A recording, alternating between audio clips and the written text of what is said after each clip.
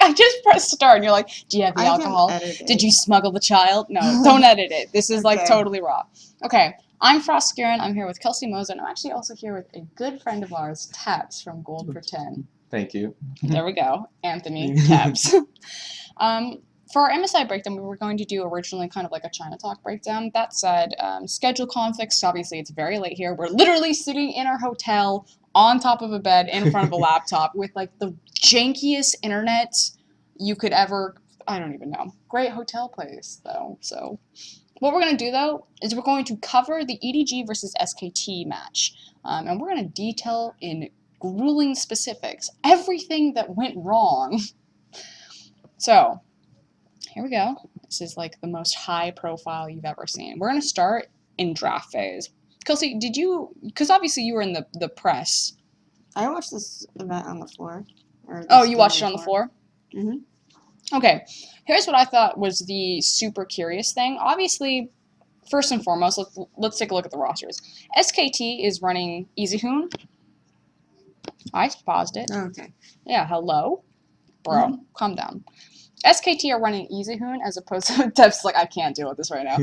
Running EasyHoon as opposed to Faker. So we have our theory of why that happened. Kelsey, why do you have your theory? I think that EasyHoon is a better matchup against Pawn because EasyHoon, like the way that EDG plays, Pawn tries to be completely ridiculous and overextend and be extremely aggressive, but EasyHoon is a very conservative player, so he's not very susceptible to that kind of playstyle or losing or getting a disadvantage to it. So I think that he's a very smart matchup against Pawn, especially his like champion pool in particular is pretty conservative. Already we see Edward Gaming banning Cassiopeia because they don't want him to play like that kind of reaction pick. And another pick that we're going to see coming here too is Azir, which is basically the only two times we've seen EasyHoon being like aggressive player is when he plays both Azir and Cassiopeia. So by banning these out, we're forcing him onto this particular playstyle, which is what EDG wants in this matchup. Well, the other thing that I really wanted to touch on, which is far more obvious, is that taking EasyHoon in here, I mean, obviously it's also a strategic advantage. Like we talk about strategic advantage. We talk about how LGD, they play Acorn and Flame because you have these two vastly different play styles, and you can kind of shift your entire team and like priorities and styles based on subbing these two players out. But SKT are really the only team that have done this efficiently by swapping Faker and EasyHoon. Yes, they have overlapping champions, but they have very, very different play styles. And it's almost like a mind fuck, essentially. Like, if we beat you with EasyHoon, which obviously will put you off the back foot, because just alone, Pawn has a great history with Faker in a 1v1 matchup, then when it comes to the finals, that's something that they're not prepared. Like, the next time that they face SKT and it's Faker, that's like there's no preparation for that in the most current event. They've also conserved their champion picks, so EDG, if assuming they have to play the finals tomorrow, are completely blind of what Faker is going to pull out as far as in a high-profile match such as this. Okay. So here we go. I was actually really curious to see the Hecarim ban from Blue Side, and we've actually seen this. Did they also do that for TSM? I can't remember. And likewise, the Urgot. So Urgot SKT picked from Blue Side against their TSM match, which was a great pick because they flexed it between the AD carry and the mid. It's a very common first pick in LCK. Yeah, I know that there's an overprior, not maybe an overprior, but they play it more than the other Shining regions. It's a higher threat. Because TEPS, you have more experience with the Korea scene. Why do you think they banned Hecarim here from Blue Side? Because typically, like in the Western region and in China, that's a first pick, like instantly, and you would never ban it from Blue Side. You would save that. I think the playstyle they were going for here, since they also had EasyHoon, is something usually more scaling, and they wanted to have something more safer in the top lane. Like what I was predicting that they were going to pick here was going to be Malachi, usually a second rotation, which is very common for SKT. But instead, I believe they went with Rumble this game. Also the one that they went. Okay, and then in this particular sense, they don't want like any kind of like super carrying potential out of the top lane, which happened anyway. But normally, what they usually want him on something such as Gnar or Malachi, usually something to default on, and that's what the playstyle they kind of pushed into. But I don't think it unfortunately didn't happen. But I think that's what EDG's plan was in this. Okay. Sorry, the SK Telecom. So we have a game where Faker's not in it, and we have 4 mid bans. a top ban and a jungle ban. So Gragas is a pretty standard. The other thing about the Urgot ban is that they EDG. No, excuse me. Never mind. They're blue side.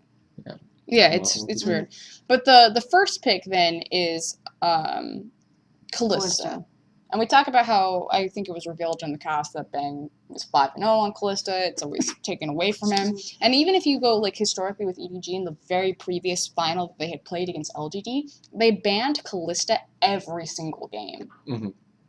So, what the fuck? I mean, again, my theory is that Clearlove can't ban Gragas, so you have to ban Gragas already. So are you gonna ban? Because he can't play it. Yeah. Yeah. So if you're gonna ban Gragas and Callista, then like that, you can't do. They prioritize the mid lane bans, obviously. Against EasyHoon. So like, what the fuck are they gonna do when Faker's in there and he's actually a guy that demands? Because if Faker's here, one of these bans has to be LeBlanc. Right. Well, But in the same sense that they probably don't have an Azir ban because EasyHoon's most successful. Have you seen his highlights? Well, the playoffs in particular, especially in the finals, were mainly the Azir and Cassiopeia. But during the regular season, it was nothing like that, essentially. And likewise, you can also Yeah. run a denial with the Zir because Exactly. Braun also plays it. Okay. From here, I'm like, okay, so there's the Callista. This is exactly what SKT want. They got Bang on his champion. I'm thinking Rek'Sai right out the gate. Spoiler alert, they don't pick Rek'Sai. We see the Hover, the Shyvana, we see the Thresh. I actually liked this initial rotation because it's hard to say. The scary thing about Shyvana is that Gnar works so well into Shyvana because now so many Gnars are itemizing the Frozen Mallet, and it's just so good to walk Shyvana down. It doesn't work as well on Hecarim just because he has a more immediate escape with the Onslaught of Shadows, just because it's going to cover... You know, it's just like a get-out-of-free jail card where her Descent of the Dragon is effectively the same thing. Now, the reason why it's picked up in tandem as far as like a second rotation, this is almost like a Morgana Vi rotation. Because Thresh is the counter to Shyvana. Typically, like when teams see a Shyvana, they'll pick up a Thresh. Because the idea is that when Shyvana comes down into the backline, again, she's using her gap closer as the animation to get back down there. Thresh drops his box, and then this little gecko in the backline is slowed, and she can't really go anywhere. And likewise, you also have like the Lantern. Whereas like Hecarim, why Thresh doesn't work as a counter is because his Onslaught of Shadows is not going to be affected by the box. So I liked this initially when I saw it, and then it just got so much fucking worse. yeah. Why? Why are they not looking at Rek'Sai here? Because this is... Well, we know the two picks. Right, that because really they wanted to play a more conservative style, they said. Okay, so what did Aaron say? So in the Chinese broadcast, they interviewed Aaron after the match. And he said that Deft and Pawn wanted to just play safe and try to minimize chances for early game mistakes. So they said they wanted to pick Lulu with a late game scaling 80 carry, and they wanted to build their composition around that. And again, like the backlash was about this. I think it was just more like they wanted to give it a try because it's a best of one group stage match. Like, why not? But why are you not picking up your jungle in this first rotation? Because they would, in that particular instance, like Sejuani is going to be, like if you're prioritizing late game scaling and team fighting, they would want to pick the Sejuani over the Rek'Sai. No, I totally understand that, but you can do that earlier. Like, I know, you can pick up the Sejuani earlier, but they would obviously want these Thresh. picks allow you to look at everything and to like really build your comp, but it's just like I don't think that Lulu is a contested pick here. I don't think either, but I think it's more that with the jungle, you can't like hate draft it from them. Like they're Clearlove and Bengi have so much overlap. Like they both play Rek'Sai, Nunu. Sejuani's not. And you're pretty confident that Bengi is going to pick Rek'Sai because he has made the statement that that's his most comfortable champion. He doesn't think he's actually even that comfortable on other meta picks right now, which he got it all day today. So it's like awkward. The fact that the guy himself has said Rek'Sai is my like the champion I could play right now, and everyone's just letting him have it all the time. So I believe when we were watching the game, Ryan, the biggest Froskurinn, the biggest thing that we What the fuck did you call me? The other thing is the reason why I think they picked Thresh early also is, first of all, it's a contested Well, it's because pick, it's but they don't Callista want it with- Thresh, yeah. They don't want Like, this Callista makes Thresh. sense. The Lula, I'm like, that's not a fucking contested pick right now. Like, come on. Yeah. I thought they actually were going to pick Ziggs here. Like, I thought this was completely going to Yeah, I happen. did too. I thought it was. I gonna thought be this was like Ziggs. a solid lock. Like, the Rek'Sai was almost sure coming, but Zig seemed to fit in perfectly. The problem But here again, is, though- but here's the problem of like not picking up the jungle. Like if you know that you're gonna be playing Lulu, you're gonna be playing like a passive support, and yeah, Lulu can technically be a flex pick, so you get some power there, like picking it early in a rotation. But we really haven't seen it top lane much in China. I mean, only a few top And laners. is he even like even that much of a Lulu player? I thought that's like even more. of a Faker No, pick. Faker actually Yeah. defaults. I mean, he's played it, but it's like I think only once. I would say. The other weird. But by picking a thing- late game scaling composition, like if they knew this going in, if this is the strategy that they shift to, you need to take bridge champions to make sure that you get set up to get into late game. And yes, Sejuani does work very well for late game wombo combos and providing a front line and that insane tank. And yes, Sejuani is a very strong jungler. But if you're going to go this route, taking an early jungle like Rek'Sai, to me, is so much more beneficial from like draft phase perspective because you need something to get you through the fucking first 10 minutes of the game. And I think they were maybe even thinking about that being as Lulu, and he does pick Vladimir eventually, but Vladimir isn't gonna get ganked by like. Yeah, I don't know. It's weird. Another big thing too that was really odd is that SKT did not take Nara away, and I thought that'd be like an obvious hate draft pick. What the fuck? Stop touching things. I just got ejected out of. Okay. So, EDG gets the Nar, which was most likely expected for Kuro. See, at this point when he's hovering Graves, I'm like, okay, he's hovering Graves because they're thinking about going into a 2v2. Because typically the idea is that Graves is one of the only champions that can stand toe-to-toe with Kalista just because he's so naturally tanky. But the thing that people always need to understand is that for the longest time, Kalista Annie was like the 2v2. Like, that shit was intense. It was like a Graves Leona with double ignite if that's stacked kind of lane. You know what I'm saying? Like... But, like, the fact that they have the Lulu and then they shift it up and then, like, last pick the Tristana seems really weird as far as, like this as a draft phase looks super disjointed to me that they don't really understand what direction that they're going. Are we going for the 2v2? Are we going for the lane swap? Are we going for a late game hyper scale? Like... They're also picking a lot of matchups blind here. Like, we don't know top lane or mid lane here, and they have both of those locked in, which gives them so much, like... If SKT1 really wants well, he's going to assume that it's going to be either Rumble, Maokai, or Shyvana. Well, they could pick something like they said, like even like Cassiopeia. Well, it's not what's banned, but yeah, something of that nature, like a more of like a lane bully, and just try to like they could focus on just an individual lane matchup. They obviously don't go that route, but they could because. And like the Vlad pick is so safe because the only lane that has any pressure is like Lulu, and Lulu Sejuani isn't going to really gank a Vladimir very effectively. He is safe to play this Gnar though blind because he knows that he's playing into a lane swap. Okay, that is true. I think another interesting thing here is too when they take the Rumble that they know that at this point like it's obviously it's most definitely going to be a lane swap, but it just gives them pressure too. Like what eventually does happen in this game, like when they swap back, that they really need to abuse this lane swap as long as possible in order to maximize their advantage. If they at all try to do like a straight 1v1 or 2v2, both of these matchups are actually horrible. Obviously, like they're hovering the Corki because they want something that's like somewhat safe again, like with an escape. So, like the big criticism people got is why didn't you just pick Jinx or Sivir? But he doesn't want that because he wants an escape, obviously, and it's just. I don't know. I feel like the over-prioritization on the escape was an issue. Even if it isn't Annie, right? Just look at the power spikes, like, across and how they overlap here. Kalista and Annie are going to have an absurd level 2, and then they're going to have an even more absurd level 6. Like, the gank potential is just insane. Rek'Sai is going to be an early scale, like, an early power jungler who's going to scale really well into mid-game and then late game be that tanky, unstoppable force. Rumble's going to be fantastic on dragon fights when he gets his level 6 and a level 11, respectively, and then he's just going to be, like, that AoE utility style that they need.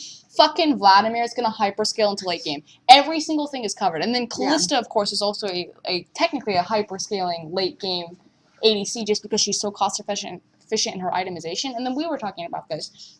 The problem with a hyper carry into is Kalista, the item deficiency. yes, it's like the 2-item power spike on Kalista when she has her BT and her Hurricane versus the 3-item power spike for Tristana, the Last Whisper, the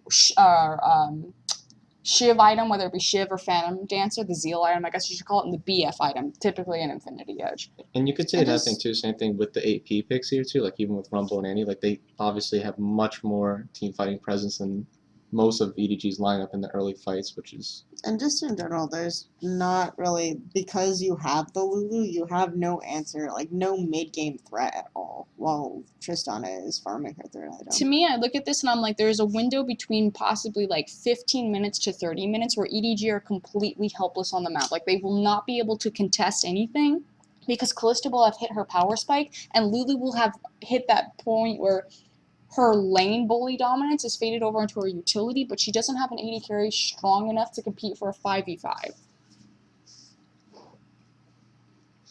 this point, everyone is wondering what the fuck EDG is yeah. doing. Literally, I think the the- Tristana is the biggest. You know, Yeah. no one. I don't think anyone would have expected Tristana. But you to come said out it this best. series. I was sitting I next think to... Severe was like by far the best pick. It gives him a solid form of engage, and If you a just way to- take Tristan yeah. out, slip Severe in there, take Lulu, slip Ziggs, that's a great it comp. just makes the team fighting so much more like crisp. Like when they have like a Severe and the Sejuani running at them, like they can actually contest the fights. When they have this Tristana, they're just literally conceding everything. Like this, what are they gonna do? The other thing is that the fact that they're playing a Tristana and Deft has only played Tristana once in like 44 regular season games, 13 Demacia Cup games, and I guess it was 15 Demacia Cup games and 13 playoffs games, like once. Out of all those games, he's played a Tristana. And he won, but it was like actually a pretty underwhelming game. So I don't really understand why they would choose to bring it out here. Are these comfort picks for SKT? Like, if Binky's... SKT, If everyone has Rek'Sai's a his, like, comfort pick favorite here. champion... Rumble is the second most played for Marin. Annie was very, very popular during the beginning of the season, even though it wasn't successful for I mean, on the Wolf. same token, though, like, Callista Clear Love... obviously Bang's most signature champion. Clear Love's... Rek'Sai most comfortable for Bangi right now. Literally the only players who aren't on comfort picks on EDG are the Koreans. Yeah. Yeah. Mid and AD carry. Okay, so it looks like we have a pretty standard invade to check for a lane swap, which obviously this is important for EDG to get their lane swap wards down because that's what they're looking for, so they want to make sure that they're getting the correct matchups. What I find curious here is that SKT doesn't actually go for the counter ward where they step forward into the Gromp. Instead, they look for the flank, which is actually really creative because then we get this great play that Marn does. So I thought that this was actually a really great adaptation to, because in a standard game, like 99% of what we would watch, instead of Annie and Callista collapsing onto the mid lane, they would just run into the Gromp area, place the ward, like, that's fine, we'll just trade vision. But here, they know that they have the stronger level 5, and they're like, we're here to fuck shit up. Although they had to play this perfectly, because if, like, collapsing down, if one person's out of position, like, you're just gonna get screwed.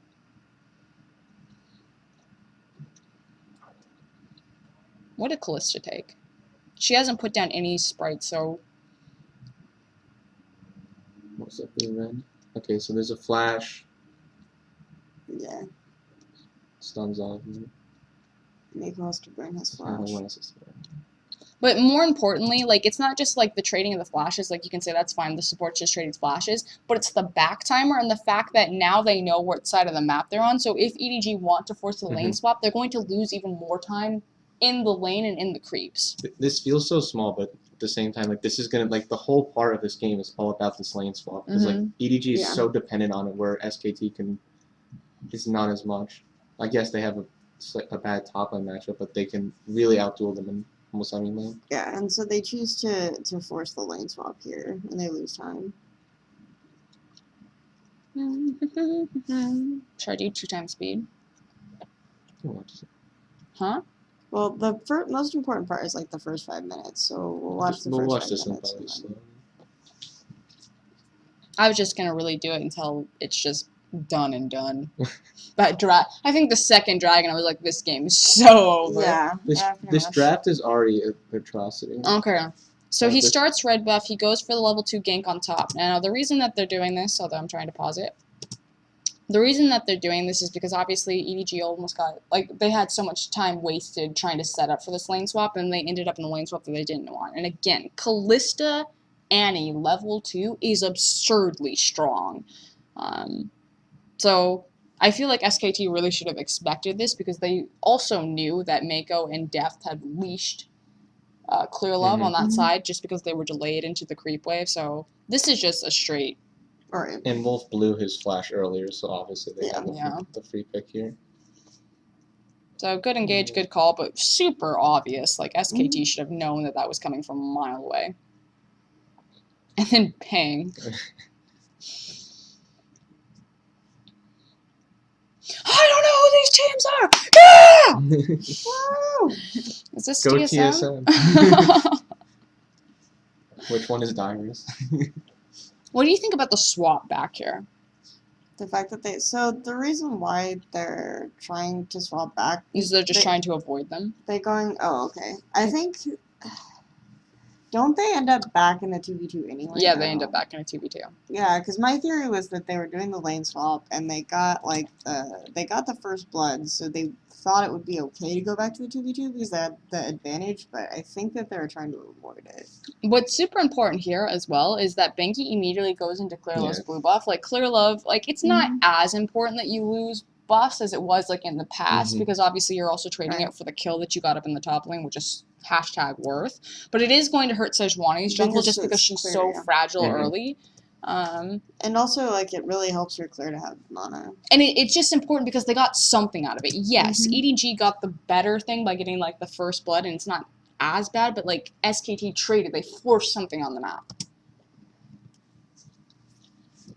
It's also just in general a really good pathing. Knowing what's But, happening. yeah, Mako does react to it and chase it out, so... Get off my fucking lawn.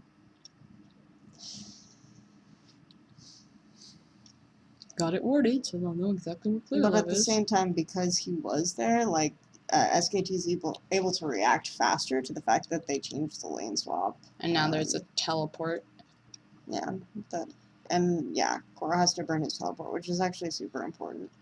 And this is actually super important. Like, this is something that, now that I'm looking back at this. Look at where Pawn is. Well, you have to remember Marin, when they originally did the swap, had to blow his TP. So his is going to be up when the first dragon fight does happen. Because now Korra blew his, Marin's going to have the TP advantage. They have actually a huge advantage from this already. And EDG forces this invade when who Pawn is back. exactly Yeah. like who is making this call? Look at where and it's not like Easy Hoon's like just coming to lane and they just had no idea he was there. He's so far forward in that lane and they're like, hey, you want to fight a 4v5? Yeah. But obviously they're coming in here because they know Mako had just chased Bengi Bengi off out of of the the buff, blue. so they know that they either have the chance to, like, obviously the mentality is here is like, hey, maybe he went back or maybe he went to the other side of, not the other, probably he went back or he's on his red buff. So the idea is that either we catch him when he's low and we kill him, or we take the red buff for free and it's a numbers disadvantage. Well, I think this is I mechanical also too. think they mistime, like, because They they mistime know Smite that... Yeah. And they know that Bang and Wolf went back, so they're thinking maybe they have more time before they show up. Or maybe they're thinking that Bang and Wolf are going to go back top already, so that they have that ability and they have a numbers advantage. But obviously, since Bang and Wolf swapped back bottom and they already started bottom, that was a problem.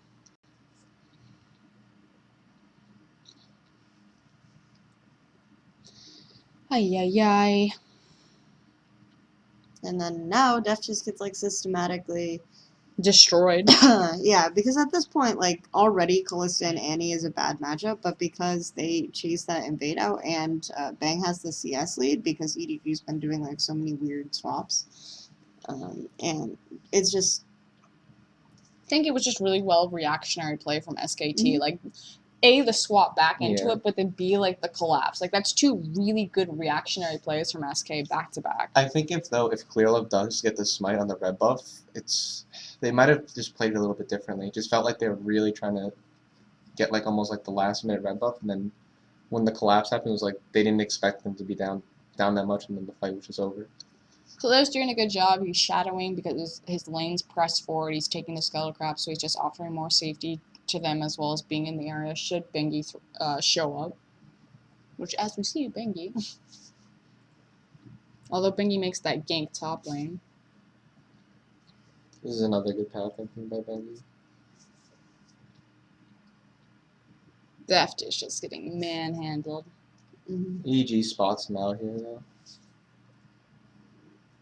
Yeah, because he slides by the pink cord. Well, no, they saw him too from the other bush. But...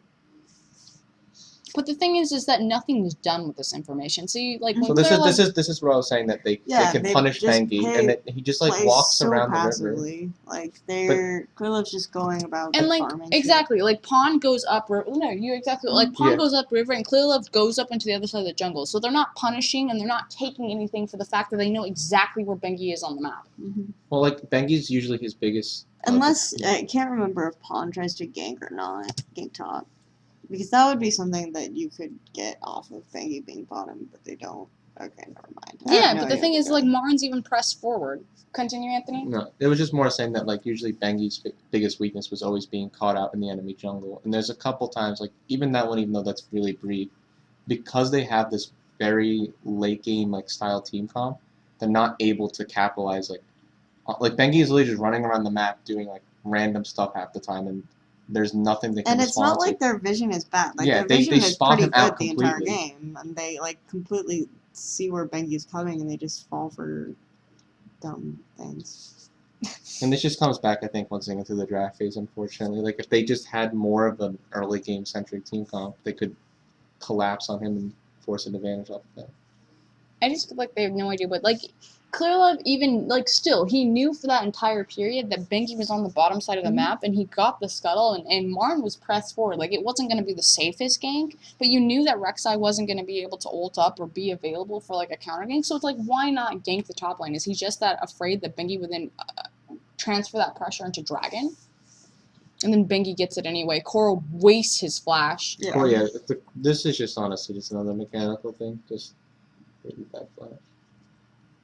Should just walk the extra 2 feet and try to flash that thick wall. Even though the items are generally the same, you have to remember he only has double Dorans. He doesn't have like, it's not really like any defensive. Yeah, items. and this is the really like for me, it's weird that the way they itemize this way because they have this like late game and they say they want to play safe Doran's late game. blades. This Let's builds go into double good items. Dorans. Like what? 2 people went double Dorans, and Lulu went double Dorans. Right? There's a lot of Dorans. I don't understand why they did that. I mean, obviously the draft was terrible, but like a lot of this isn't just draft mistakes. There are a lot of like rotational communicate. Like Yeah, it's just like a total breakdown, unfortunately. it's so weird. Like they completely collapsed for some reason. And this is something you guys are obviously more familiar, but this is completely uncharacteristic of normally what they would do. well, if what they're saying is true, that they're not just trying to like cover their asses for their failure against SKT, and it's like because it does make sense to me from a storyline perspective that Deft and Pawn, you know, facing SKT are a little bit more afraid. They want to try a passive style game, and they changed their strategy up last second to try to go like late game, and because they're doing it on the fly, they get less than suboptimal picks, and they struggle with it. The thing is this will be proven true when the next time that they play. Like if this happens again, then it's bullshit. Like you just you shit the bed. But if they completely change it up, then okay, yeah, shit happens. World Elite versus GE Tigers. I just think the reason why it looks like such a collapse is that they have like a composition doesn't really do much, and then the way that they played out early made it even worse. And from there, just like they have no way to get back into the game. Clearlove is doing absolutely nothing right now. He's just like sitting in a bush. Which I do not think that they should be prioritizing Sejuani. They need to prioritize Rek'Sai. Especially, like I said, and they might not know this, that like Bengi has come out and said that this is like his champion that he's good at right now. And this is like Bengi going around this long way is extremely good. It's very, very good pathing. Pawn also did a good job making sure that EasyHoon couldn't run up top lane by having like the angle on him in the mid lane. Like what you'll see in the TSM game too is like he always loves this gank, even if he's on. From behind over the wall, even if he's on red side, he always does the behind over the wall gank with Rek'Sai. Meme top lane. This is like a great response from Marn. This is another thing with those TP discrepancies, like because now that once again the whole like TPing top, this causes like easy picks. And just like the communication that play is available, and if they do make like a strength here, like the fact that Bengi has level 6, so he goes back, heals, and then immediately Rek'Sai ults to the dragon, and since the teleport's been burned, like they can't go back up top with the TP discrepancy, so they have to turn on the objective, and it's fucking free because A, your Rek'Sai's right there, and B, you have a Callista, so like your smite is so potent. And they do this like great rotation plays on Dragon twice in a row. The next time is when they hide behind the wall for Koro to face check, and yeah, they don't get the kill. Like Koro makes a great escape, but just knowing that your tank line is out means that you're gonna have the free Dragon. Yeah, this is like exactly what EDG was doing, and of course it's against AHQ. So, but the fact that they would make moves on the fact that they didn't even kill the support, but knowing that the support was low health, and then they got free dragons off that, like it's just very. They're not playing intelligently at all by comparison. And yeah, okay, they're against SKT, which is a much tougher opponent, but their reactions and their decisions based on the circumstances are much worse, and that's not necessarily dependent on your opponent. That's also not indicative of EDG. Like, this is not the EDG that was... I don't know who... Like, because these picks, even, like, especially for the Korean players... Excuse me, sorry, it was a long day. I'm tired. My face is like bleeding. I'm not even joking. This game hurts me so much that my face is just started bleeding. Just like spontaneously bleeding. I was just like, why the fuck did you pick these champions? And another distinction I want to make here is like the way people view SKT is like they kind of do have these two playstyles, especially when they play with EasyHoon. But I think when they played in the finals, when they did have those casts and Azir picks, they played more like K. Where in this game they play much like S. Like they kind of just fall back to the traditional like we just farm up and push our advantage from the early game and just really try to scale it out. See, I didn't even realize. I was like, we can just have Anthony in here because he's sharing the room with us and he's just been like hanging out with us all weekend. But I'm like realizing like, hey, this guy watched like every single Korean game. I agree with that. Like that's why I said that I think that SK Telecom ultimately does have an advantage over EDG anyways, because I think that they'll get the early advantage and they'll slowly push it, and that's like much more the S style, right? Yeah. So this is totally back to S's roots. That's the best way to counter the way EDG typically plays, I think. I think this is a mistake from SKT though to trade even on this for the thing though is that the bottom is going to give them far more control of the dragon, and because we're still only 13 minutes in, that's obviously the higher priority of the area of control, of like the map control that you want, because it's going to make approaching that dragon pit so much easier. And this is what gets really punished, is the massive waves that SKT are able to build on the bottom of the wave and then play against Baron, which is brilliant. But the fact of the matter is they could have just killed EDG and then taken the towers anyway. So I don't know why they wanted to trade even on, you know, whatever. I mean, it's not an awful trade, but I think like SKT could have just murdered them and taken what they wanted instead. Well, this is what I'm saying. Like it's once again keeps going back to the composition because it's like it's just almost like S versus S style, which is normally not like the greatest way EDG should play. This is more I wouldn't know as much, but the S way, the way they used to lose back in the day, why it didn't work, was they would lose early. Like even the games when we saw in the semis when they played with Tom, is that they just got completely shut down in the jungle, and in mid lane just had no impact when like Vladimir couldn't flank. But in this game, they're just allowed to smooth by, and like there's no real like punishing. Whereas like this is like if they had like a more early game focused team composition, they could. And I think in general, like, EDG's early game decision-making on the new patch has been less than ideal, so I think that that's why, like, the S playstyle works really well. But what do you mean? Like, what about their decision-making? Like, they'll contest... We saw this in the AHQ game, too. Like, they'll contest, like, strange that fucking awful fight on the Callista? Yeah. There was no reason to fight that. They were so lucky that they were just mechanically the stronger players and the stronger team to fight that bottom Callista play. A better team, SKT, TSM, Fnatic, would have punished so hard for that. Continue. When it gets to mid-game and the towers are gone, like, they're much better at understanding, like, where are we going to take the fights, when are we going to take the fights, like, how are we going to abuse this terrain, like, how can we 4-1 split with Baron correctly. So that's much more, like, where EDG's decision-making and playstyle shines. But if you don't let them get, like, an inch to get back into the game and you just play a slow style like this with an early advantage, based on EDG's, like, core decision-making earlier, then that's the best way to beat them. Another big thing here already, we already see a 50 CS lead at 15 minutes, and there's a whole item advantage. Like, he already has his Bloodthirster, and Deft is literally going for, he has an average, but he's literally going for the longest. Oh my god. I just got, like, fucking ganked by an ad. Just got bangied over a wall. Well, the other thing that's really important about that is that SKT are running a triple threat composition. I mean, even with an Annie support, that's like a quadruple threat composition. Whereas EDG, you effectively have Tristana. And with Callista, again, like the fact that the item discrepancy specifically is between the two characters, like Callista only needs 2 items before she's like, I'm ready to fucking roll. Tristana needs 3. So, like, it's just the worst place to get hit right there. In the goal, like both the mids are pretty irrelevant as far as like their items are really not gonna. They are important to an extent, but it's not as much as so as the Trop that's gonna be an 80 carry role, where both of them have these extremely hard carries.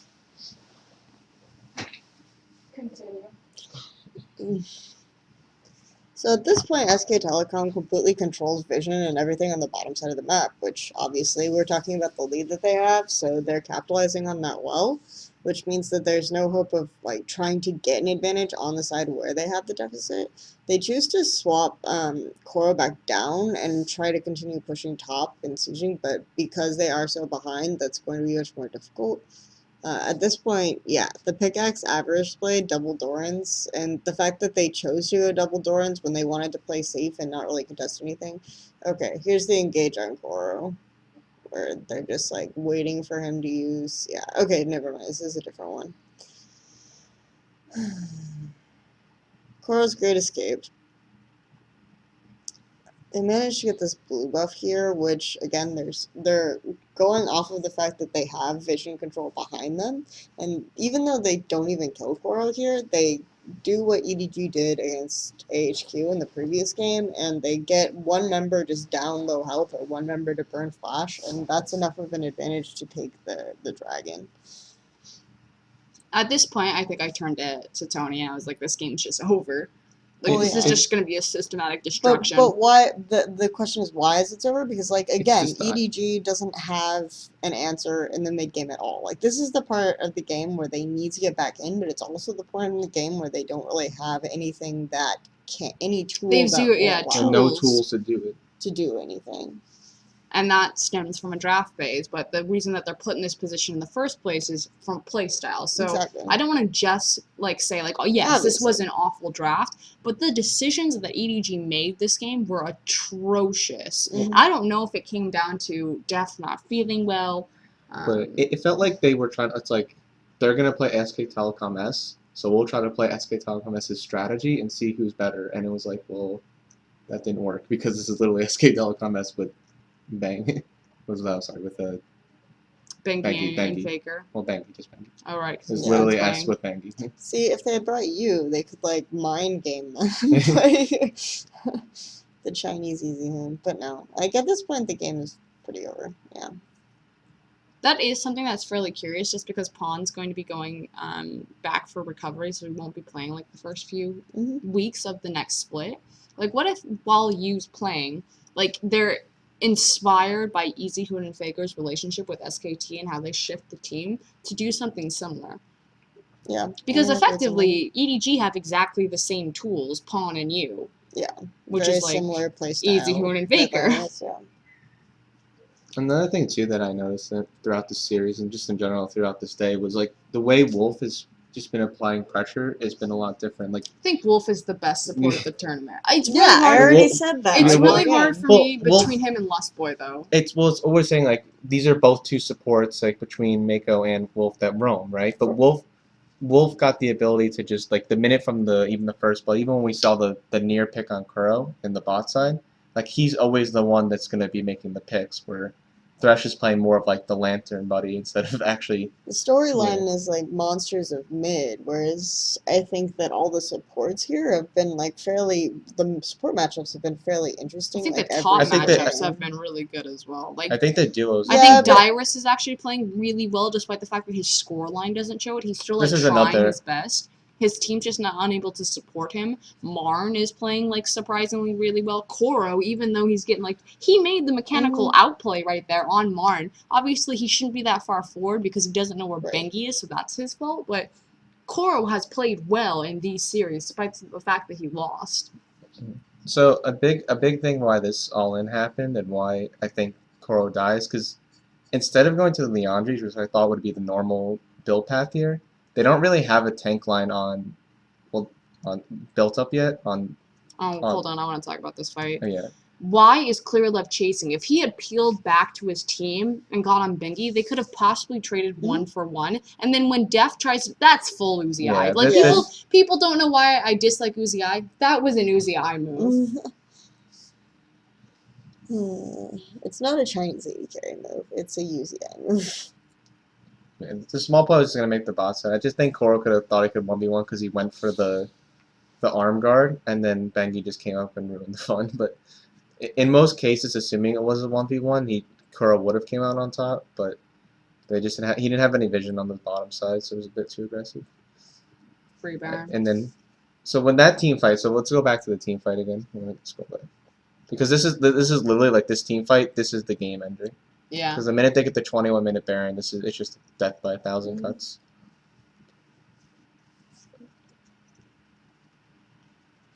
And this is something that's really... So they try to make a whimsy pick with Mako. This is so bizarre because Clearlove, this is the complete opposite of what he's known for. Like, he's known for, like, superior front line and just being, like, a great tank. And so to go that But he chases, and he chases really deep. And even EDG, it looks like, because the way that SKT was made, they went all the resources onto Mako, and he lives with the wild growth. Typically in EDG team fights, what you see is that Koro is the zoner, so he's the one who like splits the fight, and then Clearlove is going to be standing in front of the... But they kind of like swap roles in this particular sense, where Koro Kuro was a really delayed teleport. Yeah. That was the problem, is that like they were going for the zone out over, and they didn't have like both of their tools. And the fact that they were going on to Easy, who has already so many abilities to survive, is very odd. I just didn't understand why Clearlove was going so deep into that was Easy so here. weird, honestly. Okay, so... Are we good? Yeah. Do we have anything else to say about this game? I just think it's a culmination of just a bad draft, and then into a bad playstyle, and then everything from there is just downhill. What did Clearlove say? He said we're not doing that again? Yeah, like from what the translators told me is that like he said pretty much we're not going to do this again. So the slow-mo jump okay, into so people. if they do it again, then then we know the gloves are off. Yeah. The other thing is that every time they lost a game in OPL, like the next opponent they faced, they just smashed into the ground because they don't like to lose. But so we'll see. Like tomorrow, if they do well against Fnatic and TSM, then if not, oh well, RIP EDG. I think the biggest story I have to take here is to see what happens if they're on like the more signature champions. Like the Koreans in particular, obviously, like this is just completely out of left field. They didn't play signature champions in either game, I don't think, for the Koreans. Like, because Deft isn't really an Urgot player ultimately. It's just yeah. And then I don't really think of Pon as a Cassie either. Okay. I think we're done. This is the part where I tell everyone to wave. We're waving. Like the next time that they face SKT and it's Faker, that's like there's no preparation for that in the most current event. They've also conserved their champion picks. So EDG, if assuming they have to play the finals tomorrow, are completely blind of what Faker is going to pull out as far as in a high profile match such as this. Okay. So here we go. I was actually really curious to see the Hecarim ban from Blue Side, and we've actually seen this. Did they also do that for TSM? I can't remember. And likewise the Urgot. So Urgot SKT picked from Blue Side against their TSM match, which was a great pick because they flexed it between the AD carry and the mid. It's a very common first pick in LCK. Yeah, I know that there's an overprior, not maybe an overprior, but they play it more than the other Shining regions. It's a higher threat. Because TEPS, you have more experience with Korea. the Korea scene. Why do you think they banned Hecarim here from blue side, because typically, like in the Western region and in China, that's a first pick, like instantly, and you would never ban it from blue side. Here's what I thought was the super curious thing. Obviously, first and foremost, let's take a look at the rosters. SKT is running EasyHoon. I paused it. Okay. Yeah, hello, bro, calm down. SKT are running EasyHoon as opposed to TEPS. Like, I can't deal with this right now. Running EasyHoon as opposed to Faker. So. Right. We have our theory of why that happened. Kelsey, why do you have your theory? I think that EasyHoon is a better matchup against Pawn because EasyHoon, like the way that EDG plays, Pawn tries to be completely ridiculous and overextend and be extremely aggressive, but EasyHoon is a very conservative player, so he's not very susceptible to that kind of playstyle or losing or getting a disadvantage to it. So I think that he's a very smart matchup against Pawn, especially his like champion pool in particular is pretty conservative. Already we see Edward Gaming banning Cassiopeia because they don't want him to play like that kind of reaction pick. And another pick that we're going to see coming. I think the play style they were going for here, since they also had EasyHoon, is something usually more scaling, and they wanted to have something more safer in the top lane. Like what I was predicting that they were going to pick here was going to be a Maokai, usually a second rotation, which is very common for SKT. But instead, I believe they went with Rumble this game. Okay, and then in this particular sense, they don't want like any kind of like super carrying potential out of the top lane, which happened anyway. But normally, what they usually want him on something such as Gnar or Maokai, usually something to default on, and that's what the playstyle they kind of pushed into. But I don't think it unfortunately didn't happen. But I think that's what EDG's plan was in this. Okay. Sorry, the SK Telecom. So we have a game where Faker's not in it, and we have 4 mid bans, a top ban, and a jungle ban. So Gragas is a pretty standard. The other thing about the Urgot ban is that never mind, they're blue side.